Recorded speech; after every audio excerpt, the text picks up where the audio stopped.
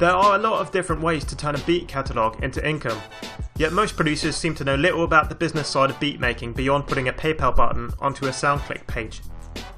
After spending countless hours honing your craft, learning production techniques, downloading the best VSTs and making awesome beats, it can be very frustrating if you're not racking up the kind of sales you want. So here are my personal tips, backed up with some image and video proof and compiled after almost a decade of selling beats professionally. Number 1. Sell licenses to your beats. This is the easiest and still the best way to make money with your beats. Once you have a decently sized catalogue of quality beats, you can register and set up your own website for cheap, or sign up to a VIP artist service like Music Central or My Flash Store that will allow you to set up your own beat selling homepage. Some people also hustle their beats on music communities like SoundCloud and include email information for purchases, or more specified beat websites like beatstars.com. Generally, you will need a PayPal account in order to receive payments online, though you can also arrange payments with customers through services such as Google Wallet, bank transactions, or Western Union. Most producers sell licenses according to 3 main categories: lease license, exclusive license, and sync license. Lease licenses are non-exclusive licenses with a limited sales cap. This means that your buyer can only sell a limited number of digital downloads of physical albums, usually around 2,000 to 10,000. Your beat can be leased to an unlimited amount of buyers as you retain the rights to your beat. Lease licenses are sold by producers anywhere from $1 to $50, with an average of around $25. It is common practice to also offer premium lease licenses, where buyers are given the option to pay a little extra to receive separated instrumental track lines of your beat and or to sell more units. Exclusive licenses, on the other hand, are full ownership licenses, usually with an unlimited sales cap.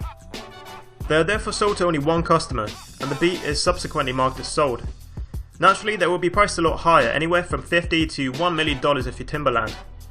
The final license type, which is ignored by the majority of producers, is a sync license. While lease and exclusive licenses are targeted at recording artists, sync licenses are for media professionals and broadcasters such as websites, movies, TV, or video games. Sync licenses are usually limited to a specified number of broadcasts, for example 1 DVD release title. They are commonly priced between lease and exclusive licenses, depending on the intended use. If you're planning to make beats your full-time income, then selling licenses will be the backbone of your operation. Even if your plan is to go after album placements, your first priority should always be setting up your internet presence. Get yourself a PayPal account, set up a beat selling website and start promoting. Here on my PayPal account you can see the kind of income our beat page generates in a good month. That's $23,000 in USD only. Now of course bear in mind I've been selling beats for a long time, but the sky really is the limit for you. Number 2. Sell other producers' beats. It might seem counterintuitive to spend your time pushing other producers' beats, but building up a team of beat makers can be beneficial in many ways. Not only can you feed off each other creatively and provide your customers with a constant stream of fresh material, you can also agree to take a set percentage of the sales you make for your fellow producers. If you put together a strong team with a diverse range of beat styles, you can greatly increase your market share and divide marketing duties. Everyone benefits. Number 3. Sell MP3 downloads. A lot of producers neglect selling MP3 downloads to their beats, opting instead to give out free downloads, or not to allow any downloading at all. However, giving out MP3 downloads for 99 cents or $1.99 for example, can actually be a great additional revenue source. Essentially this is free money, as you can make it clear to your customers that the MP3 downloads are intended for non-profit use only. There is a big market of music fans and casual artists who might enjoy just listening to your beats or recording on them for demo or personal use, without wanting to invest the 20 odd bucks for a commercial lease license. If you're worried about the safety of your beats, you can always tag them and tell customers that untagged versions are only sent out with lease or exclusive licenses. This is a fair deal for everyone, as your listeners will still get to enjoy and or trial your beats. MP3s can be sold through a number of online vendors such as iTunes, Amazon, or the SoundClick MP3 store. Number 4. Make beat tapes. Similar to selling MP3s, it is well worth your time releasing beat tapes or compilations of your instrumentals, perhaps even the odd exclusive release with unpublished beats. This can generate a lot of excitement amongst your fans and lead to your music being discovered by whole new fan groups on sites like CD Baby. Over the years I've released a number of compilation albums and published them all via CD Baby. The site is really useful. As well as selling your music through their own website, they will distribute your songs to all their digital partners such as iTunes, Amazon, MySpace Music or Rhapsody. What's more, you have the ability to enter all your songs into sync licensing deals via Rumblefish, which can potentially earn you even more money if your beats are used, for example in YouTube videos. CD Baby have paid out almost $10,000 to me so far, and as they add more and more digital partners, the monthly checks seem to get bigger and bigger. Number 5. Become a YouTube partner. Becoming a YouTube partner, and subsequently having sponsored advertisements displayed in your videos, is more of a long-term strategy, as it will take you a while to get to a point where you're making decent money. Unlike before though, anyone can monetize videos now, which basically means you will have Google Ads displayed before, during or after your videos. You will need to have signed up to an AdSense account, and will earn a percentage of all ad revenue generated in this way. If you regularly update your YouTube channel with interesting content and get a lot of traffic, this can potentially be a really big earner. If you don't really have the time to make a lot of interesting videos, even just uploading a couple of beat videos a month, that is a video of a beat playing over some kind of static background image, could earn you a tidy sum. Personally, my channel has made over $11,000 in that way so far. Number 6. Get a TV placement. Getting a placement in a TV show, film or video game can be an arduous process. There are thousands of producers out there submitting their material to placement opportunities on a daily basis. However, if you regularly network and build relationships with media professionals, companies and agencies, you will eventually persevere and the spoils will be worth the toil. While you won't necessarily be paid a large sum upfront, the royalty payments are where producers really make the big bucks. In order to benefit from this, it is essential that you are registered with a royalty collection association such as BMI, ASCAP, CESAC or PRS.